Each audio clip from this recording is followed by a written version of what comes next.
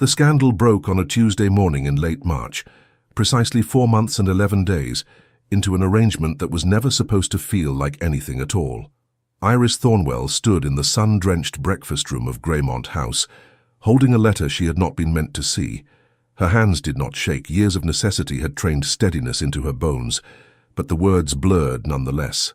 Behind her, the door clicked open with the particular weight that announced the Duke of Greymont himself. "You're up early," Julian Carver said, his voice carrying that morning roughness she had learned to recognize over breakfasts they shared in careful silence. "I thought you'd still be—" He stopped. She knew why.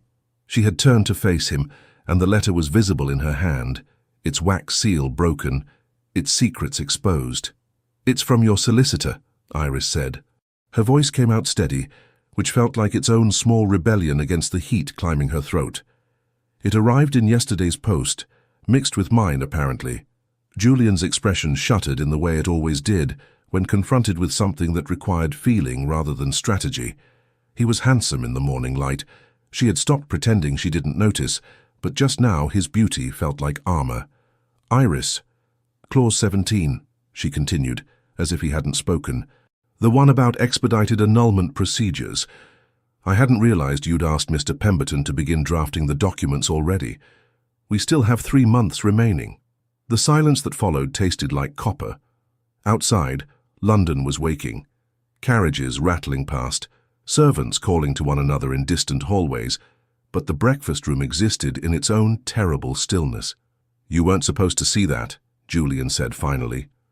Iris laughed, a sound without humor. "No, I suppose I wasn't supposed to see a great many things." It had started, as most disasters did, with desperation dressed as practicality. 7 months earlier, Iris had stood in a solicitor's office in Cheapside, her last decent dress pressed to stiffness, her pride the only thing holding her upright. Her father's debts had been a noose tightening for years.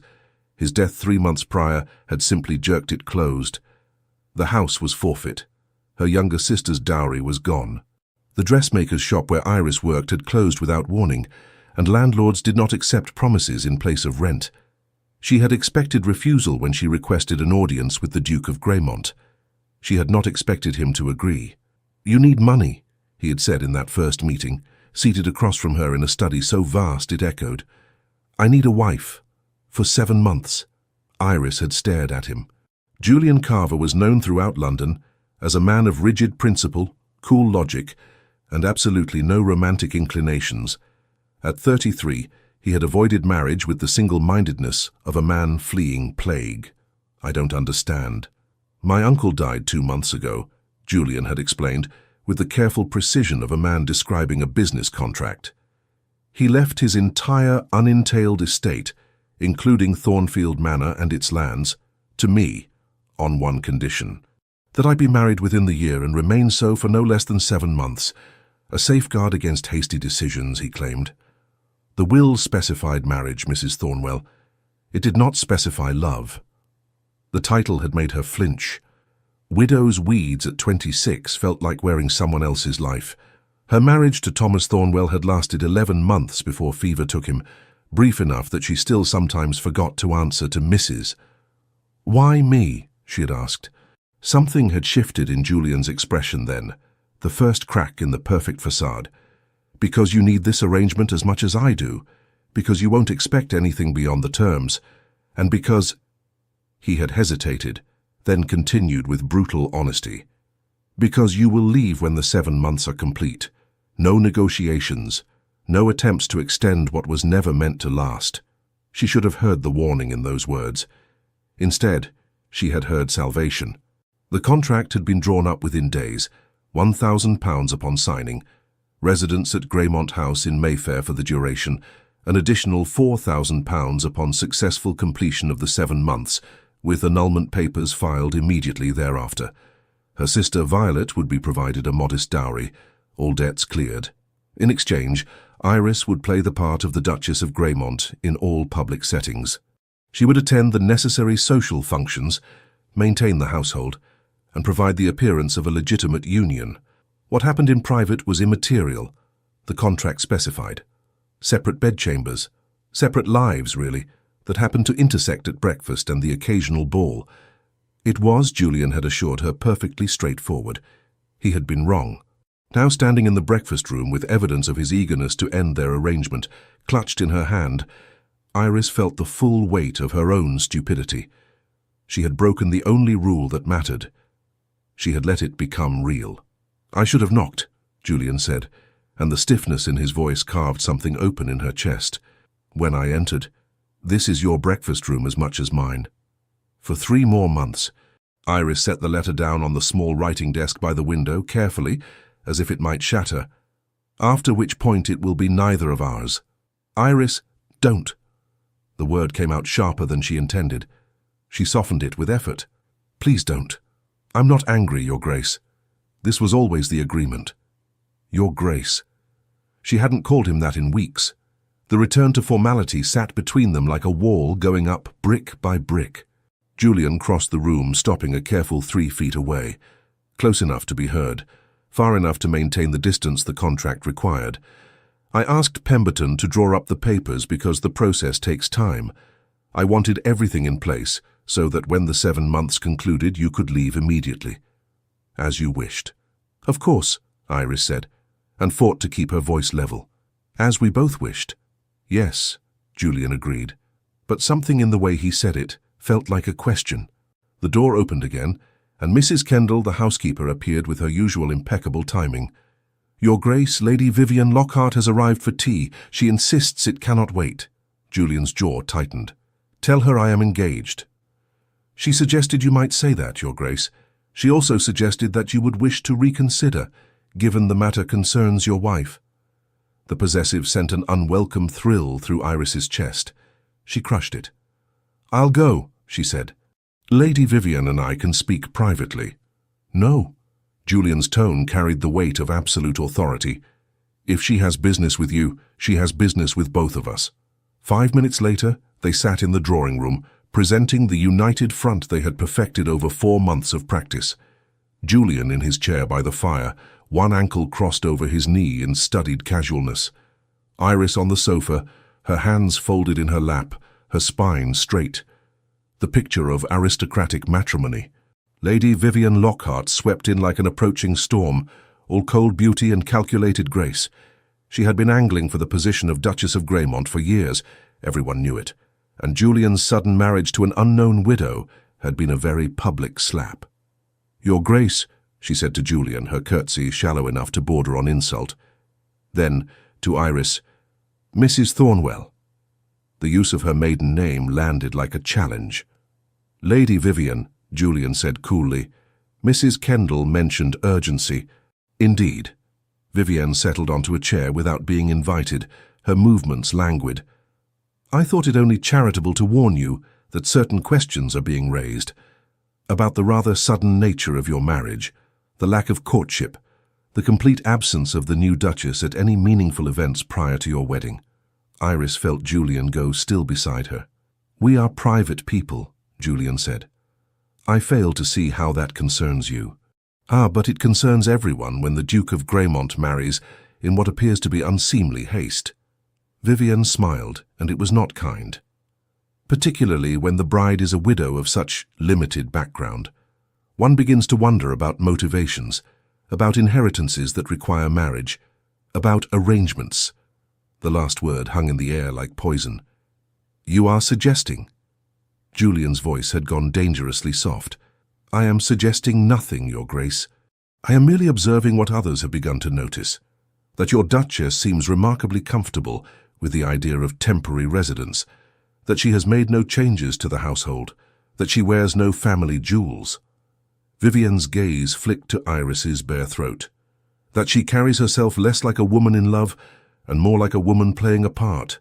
Iris's heart hammered against her ribs, but she kept her face serene through years of practice at hiding desperation. "Perhaps," she said quietly, "I am simply a woman who recognizes that love and flash are not the same thing." "Charming," Vivian murmured. "One wonders what the matrons of Almack's will think. Whether they will remain so charmed when they learn that the Duke of Greymont's marriage is little more than, what did I hear? A 7-month audition for a fortune."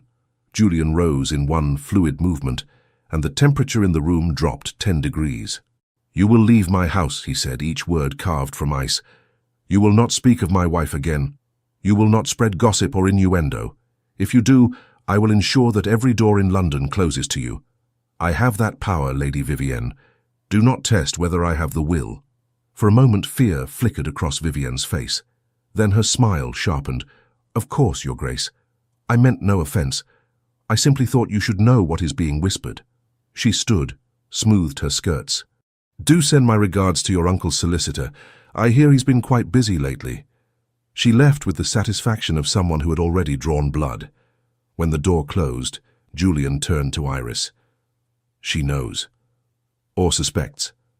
Iris stood, needing movement, needing air.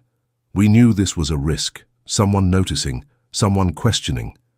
If she can prove the marriage is a sham, if she can demonstrate it was entered solely for inheritance, the will can be contested." Julian's hands curled into fists at his sides. "Everything will be forfeit. The estate, the funds, your sister's dowry." "My sister." Iris pressed a hand to her stomach, fighting nausea. "Oh God, if this falls apart, Violet has nothing. She'll end up exactly where I was. It won't fall apart." Julian crossed to her, close enough now that she could see the storm in his grey eyes. "I won't allow it. You can't simply decree. Watch me." His jaw set with that particular stubbornness she had learned meant immovable resolve. "Vivienne suspects. She does not know. And even if she did, a contracted marriage is not illegal, merely unusual. What we need is to remove all doubt, to present a united front so convincing that suspicion becomes impossible." Iris looked at him, this man who had been a stranger 4 months ago, whose morning coffee preferences she now knew by heart, whose rare smiles had become the high point of her carefully measured days. "How?" "We attend every event, every ball, every dinner, every tedious garden party. We are seen together, constantly. We are affectionate in public. He hesitated. "We behave as though this arrangement has become something more." The irony tasted like ash. "We pretend to be in love." "Yes. For 3 more months." "Yes. And then?" Julian's expression shuttered again, that careful blankness descending. "And then the 7 months conclude. As agreed. The annulment proceeds. You receive your funds and your freedom." Freedom.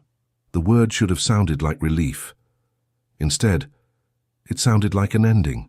"All right," Iris said, because what else could she say? Her sister's future hung in the balance. Her own survival depended on seeing this through. "We play the part." "We play the part," Julian echoed.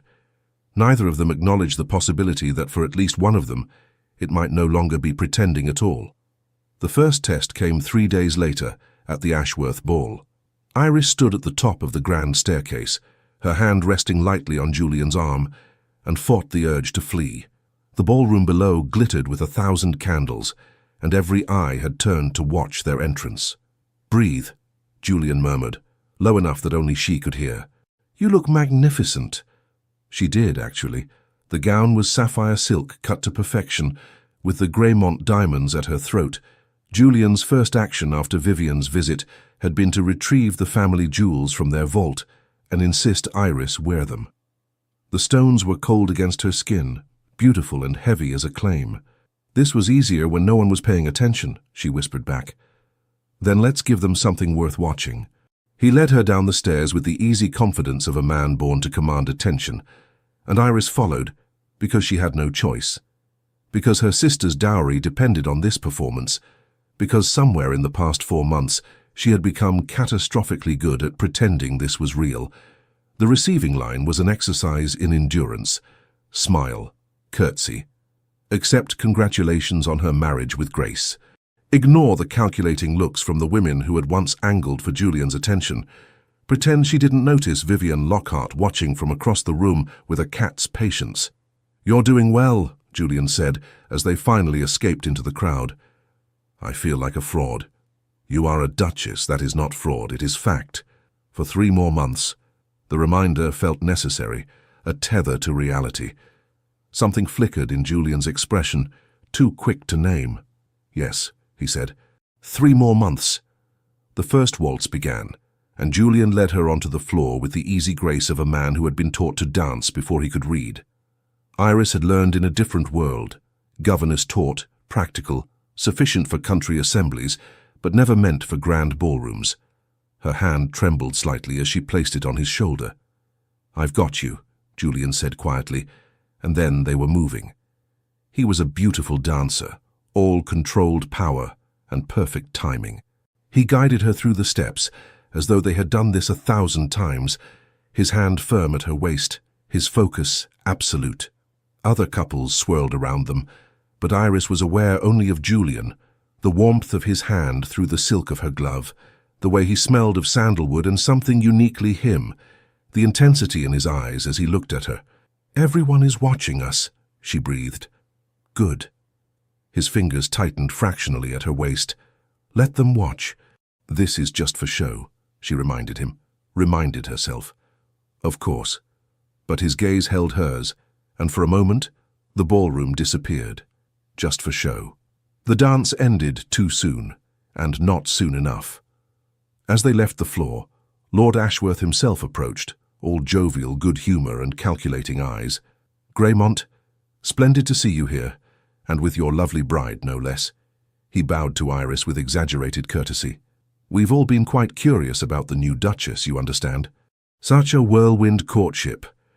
When one meets one's perfect match," Julian said smoothly, "delay seems pointless." "Quite so. Quite so." Ashworth's smile didn't reach his eyes. "Though one does wonder why we never heard of Mrs. Thornwell before the wedding. You were most skilled at keeping her hidden, Your Grace." "I was not hidden," Iris said, her voice carrying just enough edge. "I was in mourning. My late husband died less than a year before the Duke and I met. I had no interest in society." "Ah, yes, the late Mr. Thornwell. Tragic, of course. And what did your husband do, my dear?" The question was a trap, delicately laid. Thomas Thornwell had been a clerk, respectable, but hardly aristocratic. His death had left debts, not fortunes. "He was a man of principle and intelligence," Iris said quietly. "He valued character over rank. As do I." "How admirable." Ashworth's tone suggested he found it anything but. "One hopes those values serve you well in your new position. The duties of a duchess are quite extensive." Julian's hand moved to the small of Iris's back, a gesture of subtle possession that sent heat through her spine. "My wife is more than equal to any challenge," he said, and the steel in his voice made Ashworth step back. "If you'll excuse us, Lord Ashworth, I believe the supper dance is beginning." As they walked away, Iris fought to keep her breathing steady. He was testing me. He was being an ass. Julian's jaw was tight. Half the lords in this room are desperate to see us fail, either because they wanted the Thornfield estate for themselves or because they take offence at my marrying outside their narrow circle. I am outside their narrow circle. You are exactly where you belong." He stopped, turned to face her fully, and something in his expression made her breath catch. "Don't doubt that, Iris. Not for a moment." The way he said her name, like a promise, like a prayer, undid something careful inside her chest. "Julian," she started, but the music began, and he swept her back onto the floor. This time the dance felt different, more intimate. His hand splayed wider at her waist, drawing her marginally closer than propriety strictly allowed. Her pulse hammered in her throat, where the diamonds lay cold, and his gaze lingered warm. "They're watching us again," she murmured. "I know." His thumb traced a small circle against her back, barely perceptible through the layers of silk and corset. "Does it bother you?" "No." The honesty escaped before she could catch it. "It should. But it doesn't." Something shifted in his eyes, hunger, maybe, or recognition. "Iris, don't." She looked away, breaking the intensity of his gaze. "Please don't say whatever you're about to say." "Why not?" "Because we have 3 more months of pretending ahead of us, and if you say something real, I don't know how I'll survive them." The music ended. Julian's hands stayed where they were for one breath too long before he stepped back, and the loss felt like winter. "Of course," he said, his voice carefully neutral. "Forgive me." But as they returned to the edge of the ballroom, Iris caught sight of Vivian Lockhart in conversation with Lady Ashworth, both women watching the Duke and Duchess with expressions of cold speculation. The game had only just begun, and Iris was already losing. The summons came a week later, delivered on cream stationery with a wax seal Iris didn't recognize. Lady Thornbury requests the pleasure of your company for tea on Thursday afternoon. The invitation was addressed to Iris alone, pointed, deliberate, impossible to refuse. Julian read the note over breakfast, his expression darkening. This is Vivian's doing. Lady Thornbury is her aunt. Iris set down her coffee with deliberate care. The most influential matron in London. If she decides I'm not suitable to be a duchess, then her opinion is irrelevant. But Julian's fingers drummed against the table, a rare tell of agitation. Iris, Lady Thornbury is known for destroying reputations over tea. She will ask invasive questions, make impossible demands, test you in ways designed to make you fail. Then I won't fail. Iris met his gaze steadily. We need her approval, or Vivian will use her influence to destroy us. I can handle an afternoon of uncomfortable questions. I don't like sending you into that alone. The concern in his voice made her chest ache. I won't be alone. I'll be armed with the knowledge that I have every right to be your wife, for 7 months at least. The reminder hung between them like a blade. Thursday arrived too soon. Iris dressed with care, choosing a morning gown of soft grey, modest, elegant, impossible to criticize. She twisted her hair into a simple chignon and fastened a small cameo at her throat. The Greymont diamonds stayed locked away. Lady Thornbury would be looking for ostentation, for signs of social climbing. Iris intended to give her nothing. Julian caught her in the hallway before she left. If she becomes cruel, if she oversteps, send for me. I won't need to. Humor me. He adjusted the cameo at her throat with gentle fingers, the gesture absurdly intimate. Please. Iris nodded, not trusting her voice. Lady Thornbury's townhouse was a monument to old money and older prejudices. Iris was shown into a drawing room, where every surface gleamed with polish and the air smelled of rosewater and judgment. Lady Thornbury herself sat enthroned in a high-backed chair, all sharp eyes and sharper tongue. Mrs. Thornwell, she said, deliberately using Iris's old name, how kind of you to accept my invitation. It is an honor, Lady Thornbury. Iris took the offered seat, spine straight, hands folded. I'm sure. Lady Thornbury poured tea with exaggerated precision. I must confess I was quite surprised to learn of Greymont's marriage. He's been so very particular about avoiding matrimony. One wonders what prompted such a sudden change. When one meets the right person, Iris said carefully, timing becomes irrelevant. Charming, though it does seem remarkably convenient, does it not? His uncle's will requiring marriage, your own difficult financial circumstances. She smiled, cold as January. Some might call it suspiciously convenient. Iris sipped her tea, buying time. I cannot control what people choose to believe, Lady Thornbury. I can only live according to my own conscience. And does your conscience trouble you at all? Marrying a duke while still wearing your mourning in spirit, if not in dress? The blow landed precisely where intended. Iris set down her teacup with a soft click. My late husband has been gone nearly 2 years. He would have wanted me to live, Lady Thornbury, not to bury myself in grief. How conveniently flexible grief can be. Lady Thornbury leaned forward, predator sensing weakness. Tell me, what did you do before your marriage to Greymont, after your first husband died? I worked in a dressmaker's shop. Gasps from the other ladies present. Iris hadn't realized they had an audience until that moment. 4 other women sat arranged around the room like jurors. A shop girl, Lady Thornbury's voice dripped disdain. How industrious. And now you expect society to accept you as a duchess. I expect nothing, Iris said quietly. I simply am a duchess. The title was given by marriage, not by expectation. Pretty words, but words don't make you suitable for the position. Breeding does. Family does.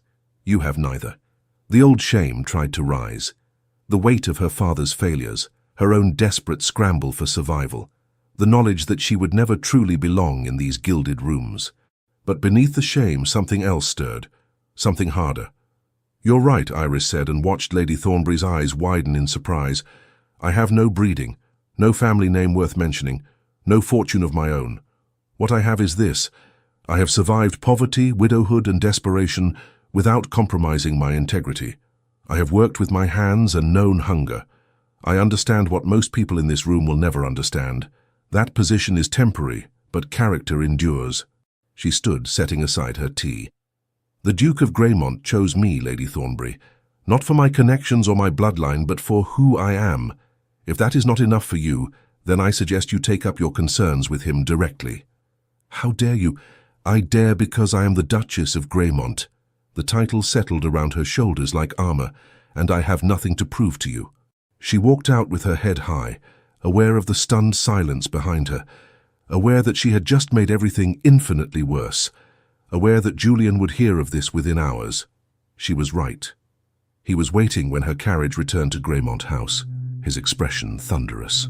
What happened? Iris stripped off her gloves, her hands finally shaking now that the performance was over. I may have told Lady Thornbury that her opinion was irrelevant. You... Julian stared at her. Then incredibly he laughed. Good God, you actually told her that? More or less. Iris sank onto a chair, suddenly exhausted. I'm sorry. I know we need her approval. But she was so cruel and I couldn't... Stop apologizing. Julian knelt in front of her, taking her hands in his. The position put them eye to eye, intimate and startling. You were brilliant. I was reckless. You were honest. His thumbs rubbed circles over her knuckles. And honesty is something London society sees far too rarely. She'll destroy us now. Tell everyone I'm unsuitable, that the marriage is a sham. Let her try. Julian's voice carried absolute conviction. I will defend you, Iris, against Vivian, against Lady Thornbury, against anyone who questions your right to be my wife. The words hung between them, heavy with meaning neither of them could afford to examine. For 3 more months, Iris whispered. Julian's hands tightened on hers. Yes, he said finally. 3 more months. But when he stood and walked away, Iris could have sworn she heard doubt in his voice. The consequences arrived faster than expected.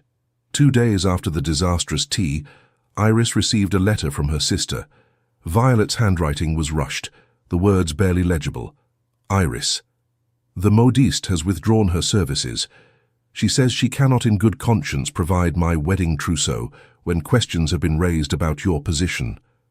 Mr. Hartley's mother has suggested we delay the wedding until the matter of your marriage is resolved. She fears association with scandal. I don't understand what's happening.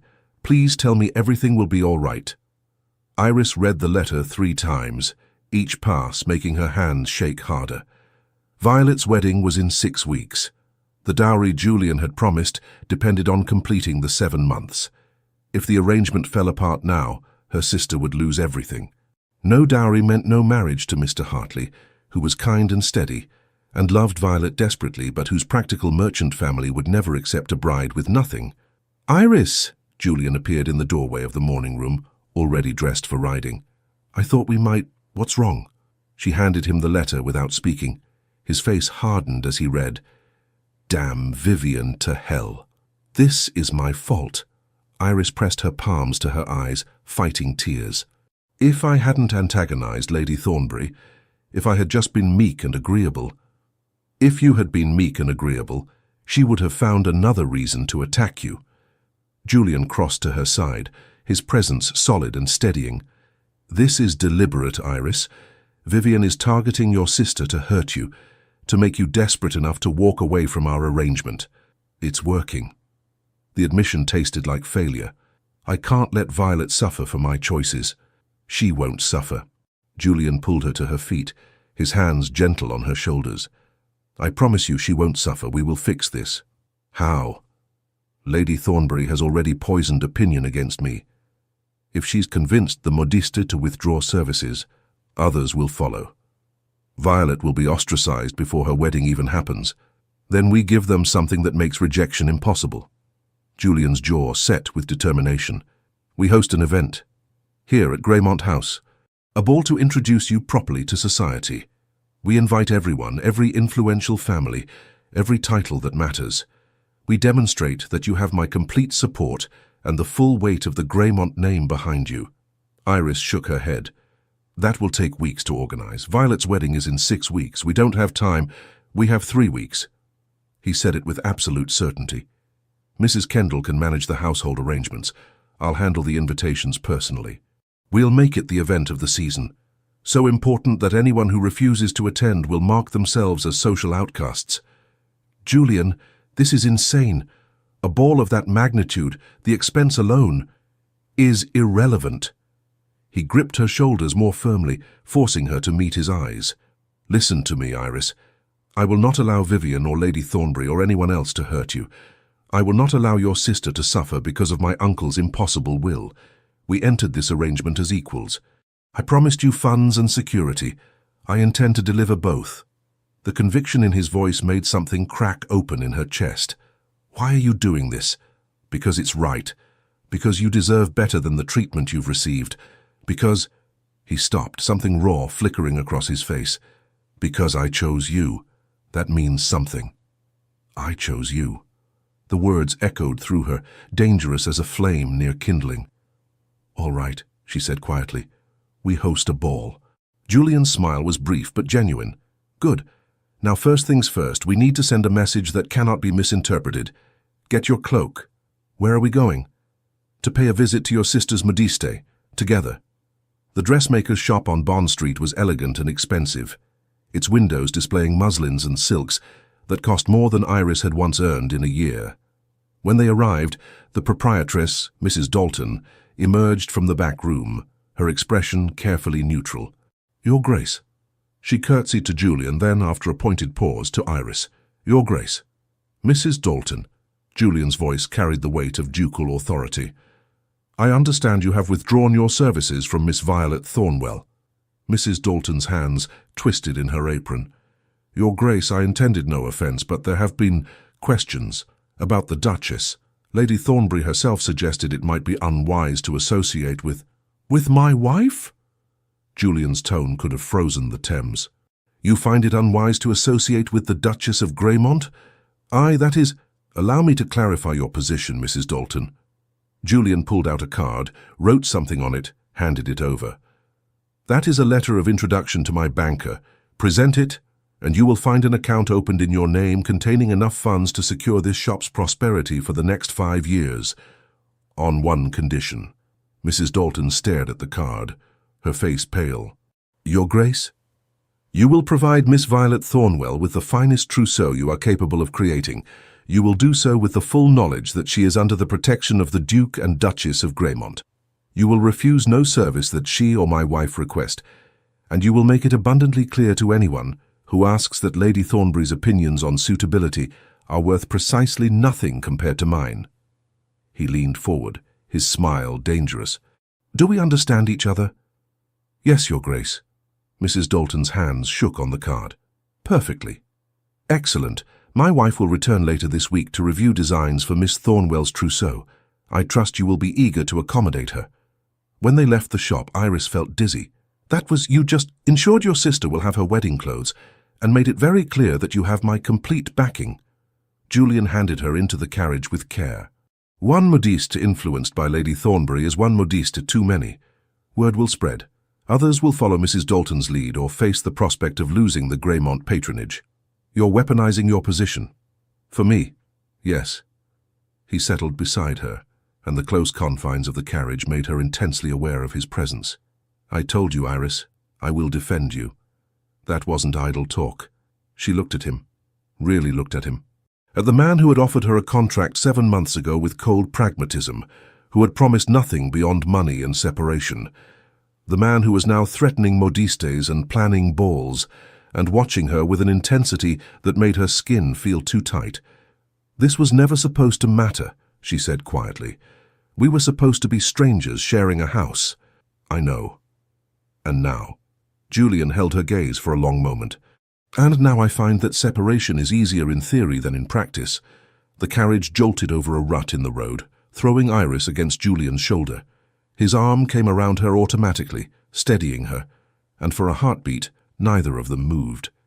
She could feel his heart beating through the layers of wool and linen, could feel the warmth of him, the solidness. We still have 3 months, she said, not sure if she was reassuring him or herself. Yes. His arm didn't move. 3 months. But as the carriage carried them through London, Iris felt the first real stirrings of panic. Not because the arrangement was falling apart, because it was becoming something neither of them had agreed to, something real, something that would hurt infinitely more when the 7 months ended and she had to walk away from a man she was beginning to suspect she could love. The ball preparations consumed the next 3 weeks like a fever. Mrs. Kendall orchestrated an army of servants who polished every surface in Greymont House until it gleamed. Florists arrived daily with elaborate arrangements. The kitchens operated at a frenzy, preparing delicacies that required multiple days of preparation.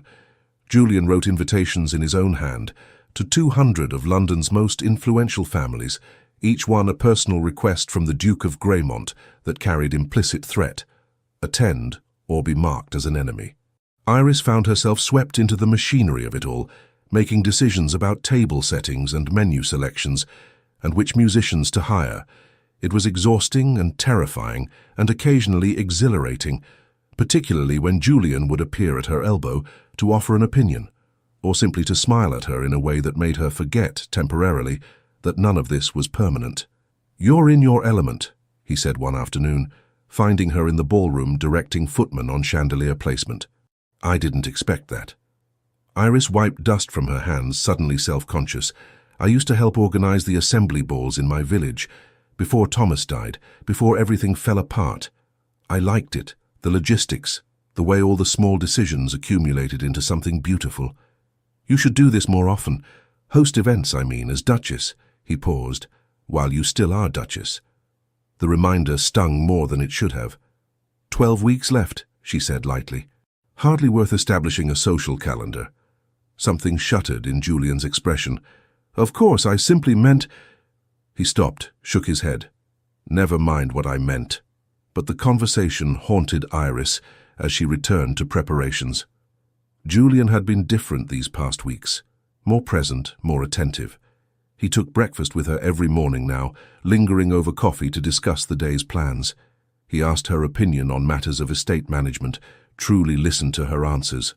Twice he had found her reading in the library late at night, and simply sat with her in companionable silence until she was ready to retire. They were becoming friends, Iris realized with dawning horror.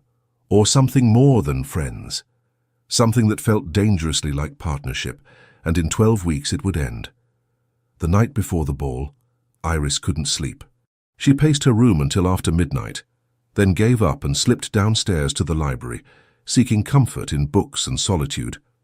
She found Julian there instead. He stood by the fire in shirt sleeves and waistcoat, the formal layers of his usual armor stripped away. A glass of brandy sat untouched on the table beside him. He looked younger like this, more vulnerable, and when he turned at her entrance, his expression was unguarded. "Iris, I thought you'd be asleep." "I couldn't." She pulled her dressing gown tighter, suddenly aware of the intimacy of the situation, both of them in nightclothes, alone in firelight. "I kept thinking about tomorrow. What if no one comes? What if Vivienne has poisoned opinion so thoroughly that the invitations are ignored?" "They'll come." Julian crossed to her, stopping just short of proper distance. "I am still the Duke of Greymont. They may despise me for marrying you, but they won't risk my displeasure by refusing my personal invitation." How comforting. They'll attend out of fear rather than respect. "I'll take attendance however I can get it, as long as it protects you." He reached out, hesitated, then tucked a loose strand of hair behind her ear. The gesture was unbearably gentle. "You're worried." Terrified. The admission came easier than expected. "What if I fail tomorrow? What if I prove Lady Thornbury right, that I'm not fit to be a duchess? Iris, look at me." Julian cupped her face in his hands, tilting it up until she had no choice but to meet his eyes. "You have survived things that would break most people. You have maintained grace under pressure that would crush lesser souls. You are intelligent, kind, quick-witted, and brave. You are more than fit to be a duchess. You are—" He stopped, something raw flickering across his face. "You are extraordinary." The words hung between them, weighted with meaning that transcended their arrangement. Iris's breath caught. Julian. I know. His thumbs traced along her cheekbones, the touch feather-light and devastating. I know what we agreed, I know the terms, but these past weeks I've found myself forgetting that this is temporary, forgetting that you'll leave when the 7 months end. I find myself wishing, don't. Iris pulled back, though it cost her. Don't wish for things we can't have. This was always meant to end. Why? The question came out sharp. Why must it end? The contract said 7 months, yes, but contracts can be renegotiated. Annulments can be cancelled. If both parties are willing... Julian, stop. Iris wrapped her arms around herself, trying to contain the hope threatening to shatter her carefully maintained defences. You're not thinking clearly. Tomorrow is important. Your reputation hangs in the balance. You're worried about the ball, about protecting me, and it's making you say things you don't mean. I mean every word. You don't. She forced herself to meet his eyes, to be cruel, because kindness would destroy them both. You need this marriage to satisfy your uncle's will. You need me to play the part for 12 more weeks, that's all this is. Strategy, obligation. Don't confuse it with something else. And what if I'm not confused? Julian stepped closer, his voice dropping to something raw and desperate. What if I've spent the past 4 months watching you transform my empty house into a home? What if I found myself looking for excuses to see you, to talk to you, to be near you? What if I wake up thinking of you and fall asleep wishing you were beside me, instead of locked away in your own chamber? Iris's heart hammered so hard, she thought it might crack her ribs. Then you're making a mistake. I'm nobody, Julian, a merchant's widow with no connections and less fortune. You can have anyone. After this arrangement ends, you could court someone appropriate, someone bred for this position. I don't want someone appropriate. His hands fisted at his sides, frustration evident in every line of his body. I want you. The words hit like a physical blow. Iris stumbled back, needing distance, needing air. You can't. We can't. The contract. Damn the contract. Julian followed her retreat, intensity blazing from him. Iris, I'm trying to tell you that this arrangement has become something I never anticipated, that you have become someone I cannot imagine losing, that these 3 months ahead feel less like a promise and more like a threat. Stop. She held up a hand, fighting tears. Just stop. This isn't real, Julian. It's proximity. It's the forced intimacy of our situation. When the 7 months end and we separate, you'll realize that what you're feeling is relief, not loss. You're wrong. I'm not. She backed toward the door, desperate to escape before she shattered completely. And even if you were right, even if this is real, we can't act on it. The moment we do, we change the terms. We make this about emotion instead of agreement, and if Vivienne discovers that, she can use it to prove the marriage was a fraud from the beginning. We'll lose everything. Julian opened his mouth to respond, then closed it. The logic had landed. So we continue as we are, pretending in public, separate in private, for 12 more weeks. And then, Iris reached for the door handle, her hand shaking. And then we honor our agreement. You file for annulment. I take my funds and leave. We become what we agreed to be from the start, strangers who once shared a house. I won't be able to forget you. The quiet certainty in his voice nearly broke her. Then I'm sorry, Iris whispered. But forgetting is the only kindness I can offer. She fled before he could respond, racing back to her room, locking the door behind her. Only then did she allow herself to crumble, sliding down the door, pressing her hands to her mouth to muffle the sobs that tore through her chest. Because Julian was right. Because she had fallen in love with him somewhere between breakfast conversations and library silences. Because she wanted to stay more than she wanted her next breath. And because staying would destroy them both. The contract protected them. It gave them an exit. It ensured that when feelings became too dangerous, they had an escape route already mapped. Without it, they would have to choose. And Iris had learned long ago that wanting something desperately didn't mean you deserved to keep it. She cried herself to exhaustion, then dragged herself to bed and stared at the ceiling until dawn lightened her window. In 12 hours, she would stand beside Julian at their ball and play the part of devoted duchess. She would smile and dance and convince London that their marriage was genuine and unshakable. And then she would spend the remaining weeks counting down to the moment she could finally walk away before her heart broke completely. The ballroom blazed with 1,000 candles. Iris stood at the top of the staircase in a gown of midnight blue that made the Greymont diamonds at her throat look like captured stars. Her hair was arranged in an elaborate style that had taken her maid 2 hours to perfect. She looked every inch a duchess. She felt like a fraud wrapped in silk. "Ready?" Julian appeared at her side, devastating in formal black, his eyes unreadable. They hadn't spoken since last night. Iris had taken breakfast in her room, claiming a headache. She'd avoided the library, the morning room, anywhere he might be. Now faced with hours of forced proximity, she felt her carefully constructed defenses cracking. "As ready as I'll ever be." She took his offered arm, feeling the warmth of him through layers of fabric.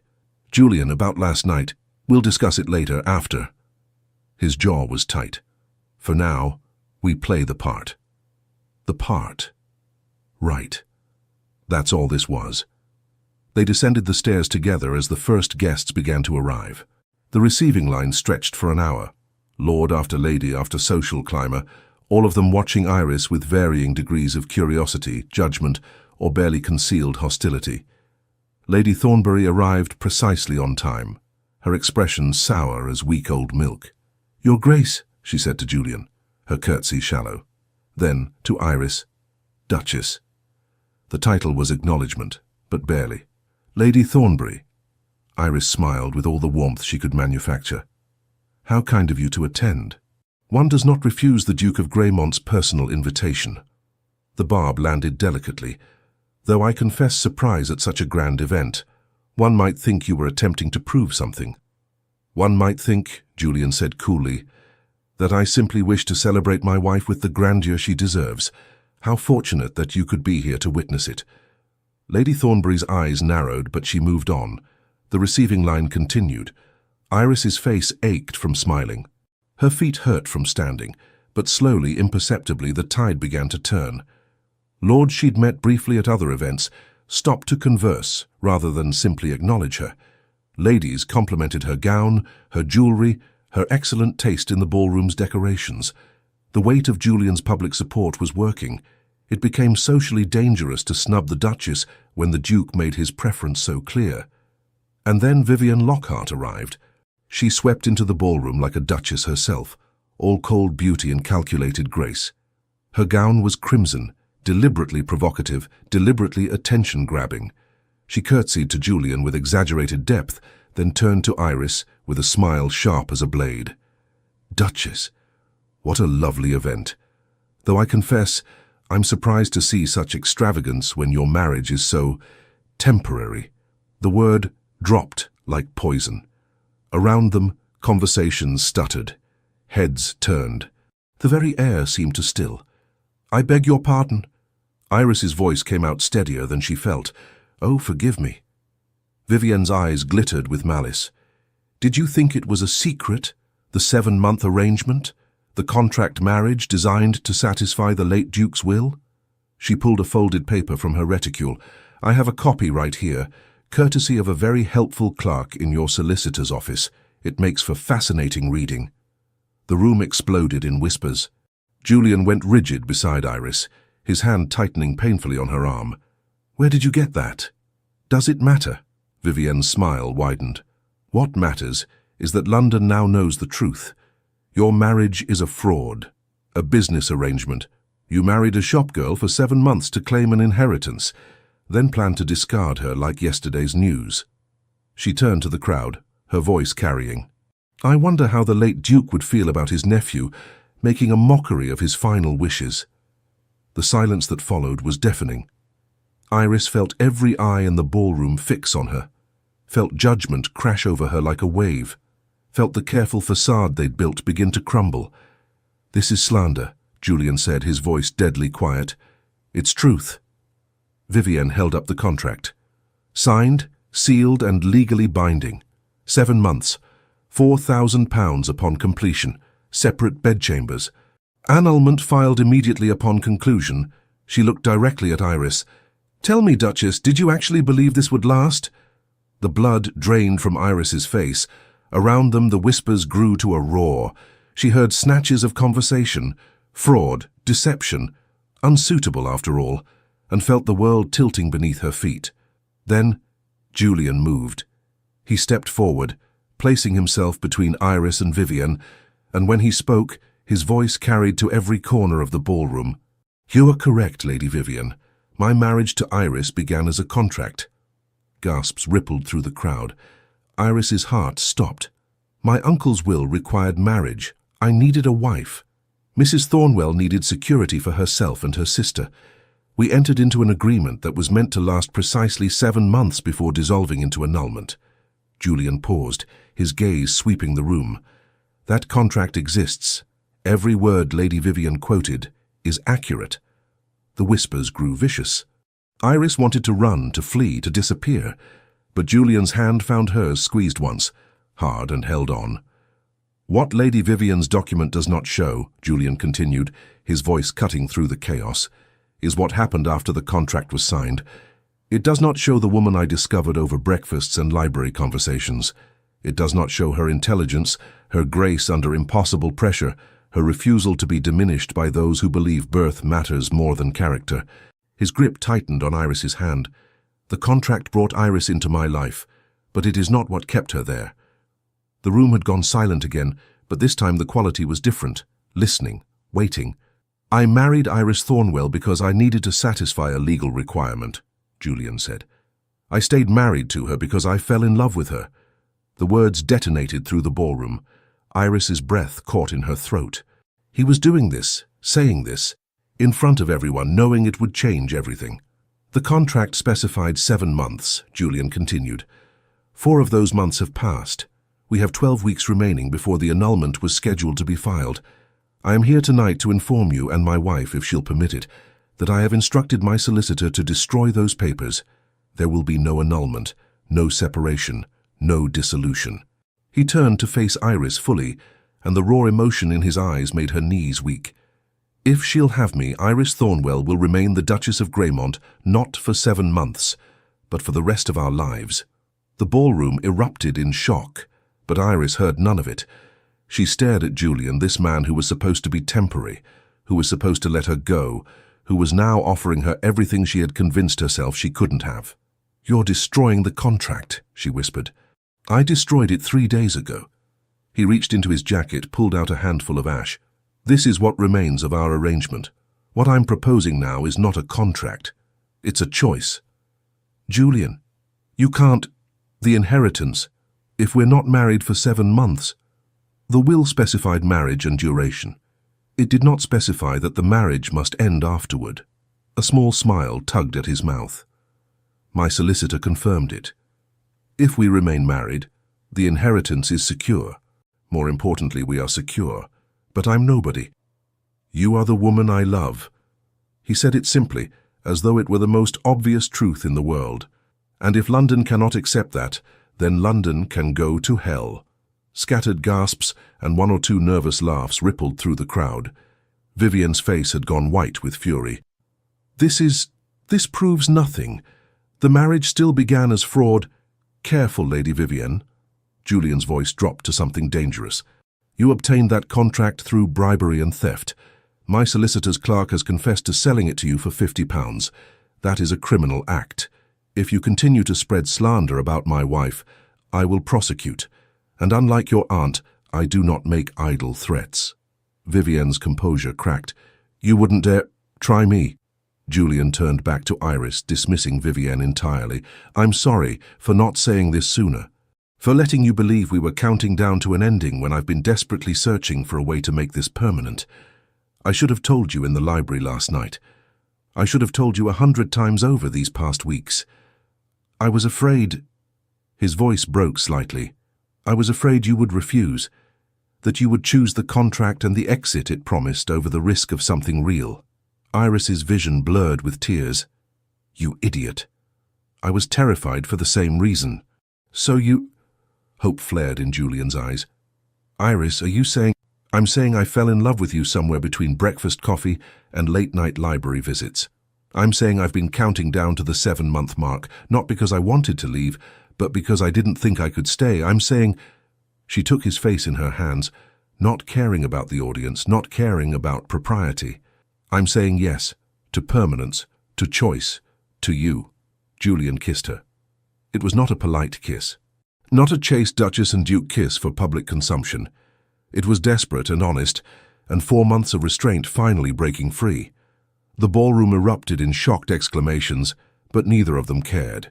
When they finally broke apart, Julian rested his forehead against hers. "I love you," he said, just for her. "Not as part of an arrangement, not as fulfillment of a contract. I love you because you are brave and honest, and you see through every defense I've ever built. I love you because you defend me," Iris whispered back. "Because you make me feel chosen. Because you looked at a desperate widow and saw a duchess. I saw my future." He pulled back just enough to meet her eyes. "If you'll have me, for longer than 7 months, for forever, then yes." The applause started slowly.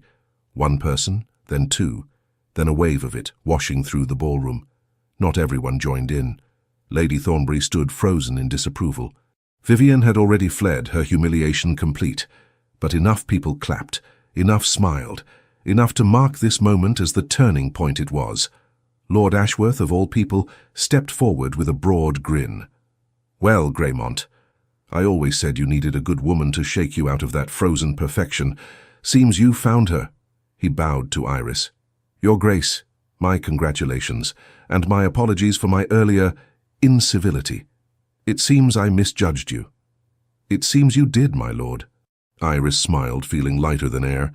"I'm inclined to forgive you, provided you never make that mistake again." "Wouldn't dream of it." He clapped Julian on the shoulder. "A love match, who would have thought it?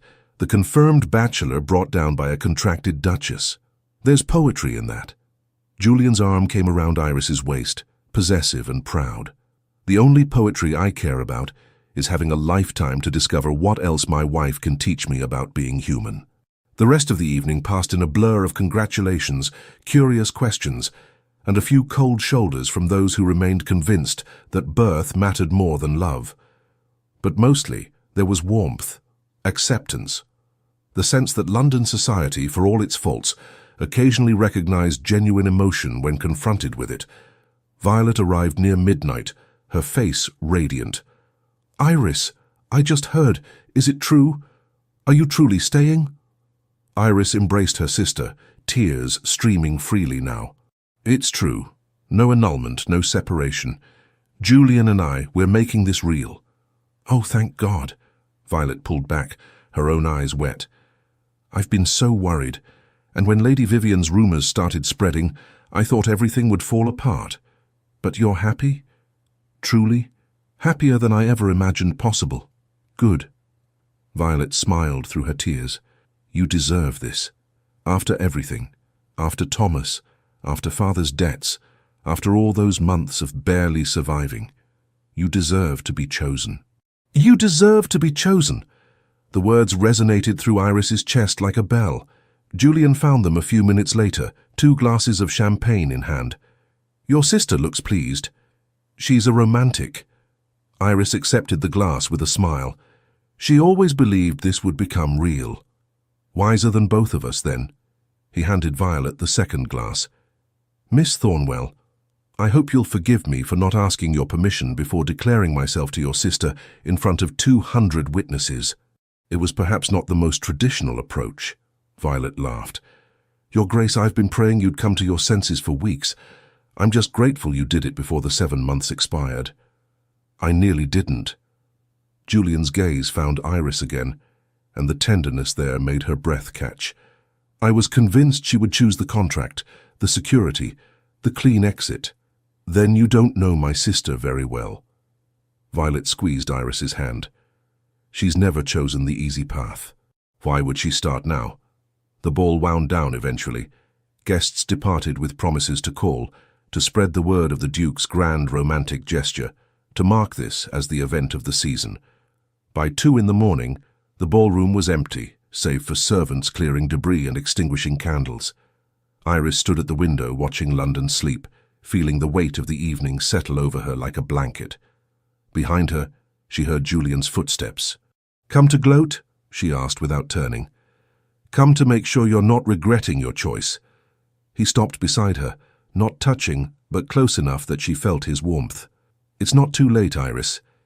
If you want the contract reinstated, if you want the exit we agreed to— Stop. She turned to face him, taking his hands in hers. I chose you, Julian, not the contract, not the security. You, the man who defended me to modistes and matrons, who planned a ball to protect my sister, who looked at a desperate arrangement and found something worth keeping. I found everything worth keeping. His hands tightened on hers. You've transformed this house, Iris, made it a home instead of a museum. You've transformed me, made me someone who believes in more than duty and obligation. We transformed each other. She reached up, touching his face. I walked into this arrangement, thinking I was being practical, choosing survival over sentiment. I never imagined I'd find this. What did you find? Someone who makes me feel like I was worth choosing, like I matter beyond my utility or my desperation. You gave me that, Julian, before the declaration tonight, before the public kiss. You gave me that in quiet moments and small gestures and the way you look at me over breakfast, as though you're the most fascinating thing in my world. He smiled. Because you are. They stood in the empty ballroom holding each other, and Iris felt the last piece of her careful defenses finally crumble. This was real. This was permanent. This was a man who had chosen her not once, but over and over, in 100 small moments leading up to tonight's grand gesture. Take me to bed, she whispered. Julian's eyes darkened. Iris, not separate chambers tonight, not distance and contract terms. I want— She took a breath. I want my husband, if you'll have me. His kiss was answer enough. Morning arrived with sunlight streaming through Julian's bedroom windows, and Iris wrapped in his arms. She woke slowly, aware of warmth and safety, and the steady rhythm of his heartbeat beneath her ear. Good morning. Julian's voice rumbled through his chest. Sleep well? Better than I have in months. She tilted her head up to look at him. No more counting down. No more watching the calendar and dreading the end. No more pretending this is temporary. He brushed hair from her face, the gesture achingly tender. Though I'll miss some aspects of our arrangement, such as the way you'd glare at me over breakfast when I read the paper instead of talking to you, as though I were committing some unforgivable crime. Iris laughed. You were. We had limited time together. I wasn't going to waste it on silence. We have unlimited time now. Julian kissed her forehead, her nose, her mouth. A lifetime of breakfasts, of library evenings, of moments I once thought I had to ration. What will we do with all that time? Everything. He pulled her closer. We'll finish transforming Greymont House into something warm and alive. We'll host Violet's wedding here. We'll visit Thornfield Manor and decide what to do with it. We'll probably argue about estate management and social obligations and whose turn it is to choose our evening reading. Sounds domestic. Sounds perfect. They lay in comfortable silence for a while, and Iris found herself thinking about the past 4 months, how what had started as desperation had become something infinitely more precious, how a contract meant to end had instead become a beginning. Vivian will try again, she said quietly. To damage us. She won't forgive being humiliated. Let her try. Julian's voice carried absolute conviction. She has no power over us anymore, Iris. The contract is destroyed. Our marriage is real. And I will defend you, defend us against any threat. Even if it costs you? Especially then. He met her eyes, and the certainty there took her breath away. You are not a convenience, not an obligation, not a contracted duchess playing a temporary role. You are my wife, my partner, the woman I choose every day and every moment. Nothing Vivian or Lady Thornbury or anyone else says can change that. The woman I choose. The phrase settled into Iris's bones like truth. A knock at the door interrupted them. Mrs. Kendall's voice carried through. Your Grace, the post has arrived. There are several letters requiring immediate attention. Julian sighed. The aftermath begins. They dressed quickly and met in the breakfast room, where a small mountain of correspondence awaited. Some were congratulatory, friends and acquaintances pleased by the love match. Others were pointed in their absence of commentary, the stiff formality making clear that not everyone approved. One letter, however, stood out. Heavy paper, formal seal, unmistakable handwriting. It's from Lady Thornbury, Iris said, her stomach sinking. Julian took it, broke the seal, read quickly. His expression shifted from wariness to surprise to something that looked remarkably like satisfaction. "What does it say?" He handed her the letter. "Read it yourself." Iris scanned the precise script. "Your Grace, I write to acknowledge that I may have been precipitous in my judgment of the Duchess of Greymont. Your public declaration last evening has given me cause to reconsider my assessment. A man of your standing does not make such pronouncements lightly. If you see worth in Mrs. Thornwell, in the Duchess, then perhaps I failed to look closely enough. I do not offer apology, as I acted according to my understanding at the time. However, I offer reconsideration. Should the Duchess call upon me at her convenience, I would be pleased to further our acquaintance. I remain, Your Grace, your humble servant." Lady Thornbury Iris set down the letter, stunned. She's bending. She's recognizing reality. Julian smiled. "You stood up to her. I defended you publicly. We demonstrated that our marriage is not a social convenience but a genuine partnership. For someone like Lady Thornbury, that matters. She may be rigid, but she's not stupid. Alienating us serves no purpose now. So we've won. We've survived."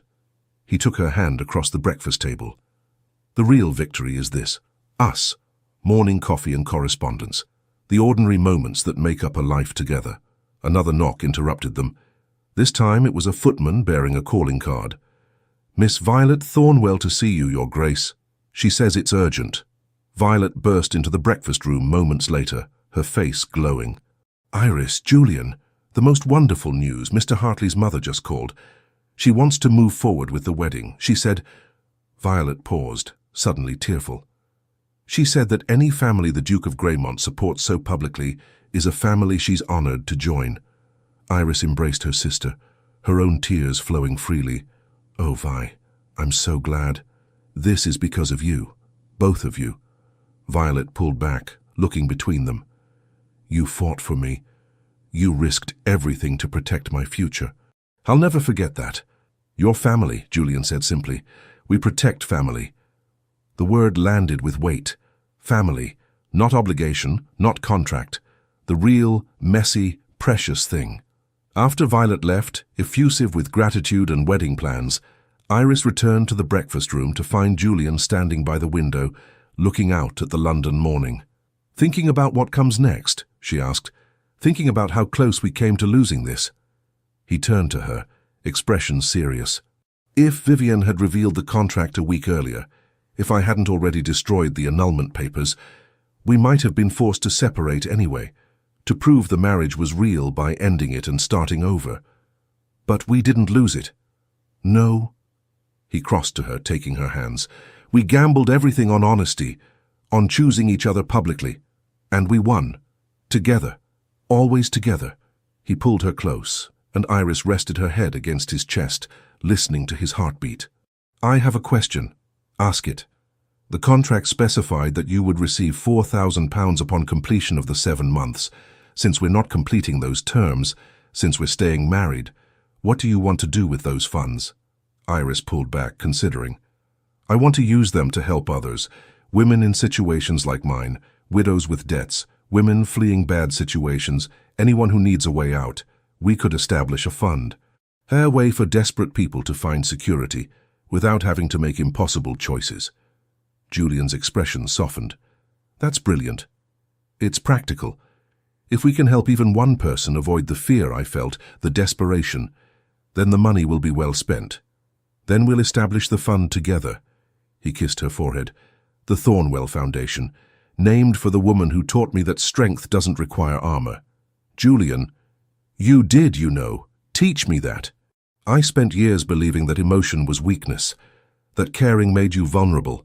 Then you walked into my life with your impossible honesty and refusal to hide, and you showed me that vulnerability is its own form of courage." Iris's throat tightened. "I was terrified every day." "I know. That's what made it courageous." He cupped her face gently. "You were terrified, and you did it anyway. You stood up to Lady Thornbury. You confronted your fears. You chose to risk your heart even when the contract promised an exit. That's not weakness, Iris, that's extraordinary strength. I chose you because you made me feel worth choosing." She smiled through tears. "That's the gift you gave me, Julian. Not the money or the security or even the protection. You made me believe I deserved more than survival. You made me believe I deserved to be chosen. You deserve everything." His voice was fierce. "And I intend to spend the rest of my life proving it to you." They stood in the breakfast room, wrapped in each other, and Iris felt the last ghost of her old life finally release its grip. She was no longer the desperate widow measuring her worth in pounds and contracts. She was no longer the woman counting down to an ending. She was the Duchess of Greymont, chosen, defended, loved, and she had chosen in return. 6 weeks later, Violet's wedding took place in the gardens of Greymont House under a sky so blue it hurt to look at. Iris stood beside Julian, watching her sister marry the man she loved, and felt profound gratitude for the strange path that had led here. The contract had brought her to this house, but it was love, messy, complicated, absolutely uncontracted love, that had made her stay. After the ceremony, as guests mingled and champagne flowed, Lady Thornbury approached Iris with something that might have been approval. "Duchess, a lovely wedding. Your sister is fortunate to have your support. Family takes care of family, Lady Thornbury." Iris smiled. "As you yourself have said." "Indeed." The older woman's gaze sharpened. "I understand you're establishing some sort of charitable fund for women in difficult circumstances. The Thornwell Foundation, yes. We are finalizing the details now. I'd like to contribute." Lady Thornbury said it stiffly as though the words cost her. "My late husband left me more money than I could spend in 3 lifetimes. If some of it can prevent desperation, can give women choices, then it should be used accordingly." Iris stared at her. "That's very generous. It's practical." Lady Thornbury softened fractionally. "You were right, you know. When you came to tea. Character endures where breeding fades. I didn't want to see it at the time, but your marriage to Greymont has proven the point rather decisively. Thank you, Lady Thornbury. Your support means a great deal. Don't make me regret it." But the older woman's tone held warmth. "Now, I should congratulate the bride, family after all." She swept away, leaving Iris slightly stunned. Julian appeared at her elbow, champagne in hand. "Did Lady Thornbury just offer to fund your charity?" "I think she did. Miracles do happen." He handed her the glass, then raised his own. "To family, to second chances, to arranged marriages that became real, to choosing each other," Iris added. "Every day, in every moment." They clinked glasses and drank, and across the garden, Violet laughed at something Mr. Hartley said, her face radiant with joy. "She deserves this," Iris said quietly. "All the happiness she can hold." "So do you." Julian's arm came around her waist. "And I intend to ensure you receive it. I already have." She leaned into him, feeling perfectly at home in his embrace. "I have you, I have family, I have purpose, I have everything that matters. No regrets about the contract ending." "Not one." She smiled up at him. "The contract gave me security for 7 months. You gave me a lifetime. Then I'd say we both made excellent bargains." They stood in the garden, surrounded by celebration, and Iris thought about the woman she'd been 4 months ago, desperate, afraid, convinced she was trading one form of survival for another. That woman had signed a contract promising 7 months and an ending. This woman, the one standing in sunlight with her husband's arm around her, had discovered that the best endings were really beginnings in disguise. The contract had promised temporary safety. Love had given her permanent home. And in the end, that was the only term that mattered. 3 months after Violet's wedding, Iris stood in the Thornfield Manor library, overseeing its transformation into a refuge. The estate Julian had inherited was being converted into the headquarters of the Thornwell Foundation, a place where women in crisis could find shelter, support, and pathways to independence. "The rooms upstairs are ready," Mrs. Kendall reported, having transferred her considerable organizational skills to the project. "We can house 20 women comfortably, more if needed." "Excellent." Iris marked it off her list. "And the legal services? Do we have solicitors willing to donate time?" 3 firms have committed to providing assistance, including Mr. Pemberton. Iris looked up in surprise. Julian's solicitor. He said, Mrs. Kendall consulted her notes. He said that any contract that resulted in the Duke of Greymont finding love deserved to be celebrated. He wants to help other women find their own versions of security. Warmth bloomed in Iris's chest. That's wonderful. Thank you, Mrs. Kendall. After the housekeeper left, Iris walked through the transformed manor, seeing not the grand estate it had been, but the haven it was becoming. Women would come here desperate and afraid, just as she had been. They would find shelter and support. And perhaps, like her, they would discover that survival could be the first step toward something more. Julian found her in the garden, where she was examining plans for a vegetable garden. "Penny, for your thoughts?" "I was thinking about choices."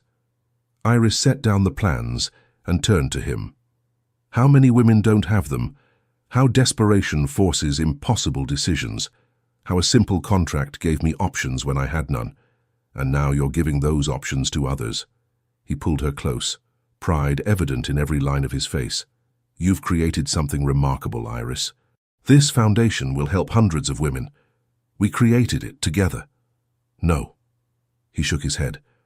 I provided funds and connections. You provided the vision, the understanding of what desperate women need, because you were one of them. This is your achievement. She smiled, leaning into his warmth. I couldn't have done it without you, without us, without learning that being chosen matters just as much as survival. You were always worth choosing. His arms tightened around her. I'm just grateful I was smart enough to see it.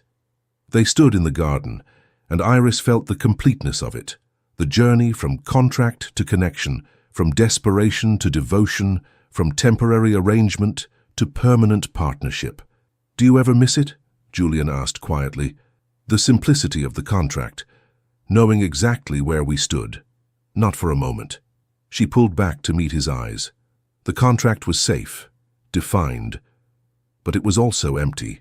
This us is messy and complicated and infinitely better, even when I'm insufferable, especially then.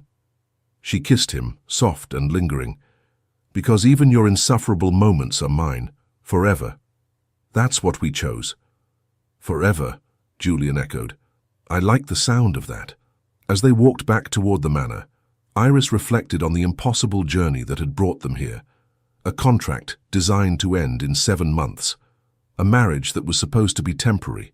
2 people who had agreed to play parts and instead found themselves living a truth neither had anticipated. She had walked into Julian's study, believing she was choosing survival. She had walked out, discovering she was worth choosing. And that, in the end, was the only contract that mattered, the one written not in legal terms but in daily choices, in morning conversations, in the simple act of looking at someone and deciding over and over that they were worth keeping. The 7 months had come and gone.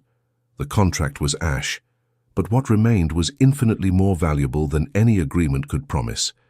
It was love. Real, complicated, absolutely uncontracted love. And it was theirs. If you felt Iris and Julian's journey, if their story of choosing each other spoke to something in your heart, I'd be so grateful if you'd leave a like and let me know what moment resonated most with you in the comments. Your connection to these stories means everything. Subscribe and turn on notifications so you never miss when 2 people find each other against impossible odds. There's another story waiting for you right now. Tap to watch next. Thank you for being here. You're the reason these stories exist, to remind us all that we're worth choosing every single day.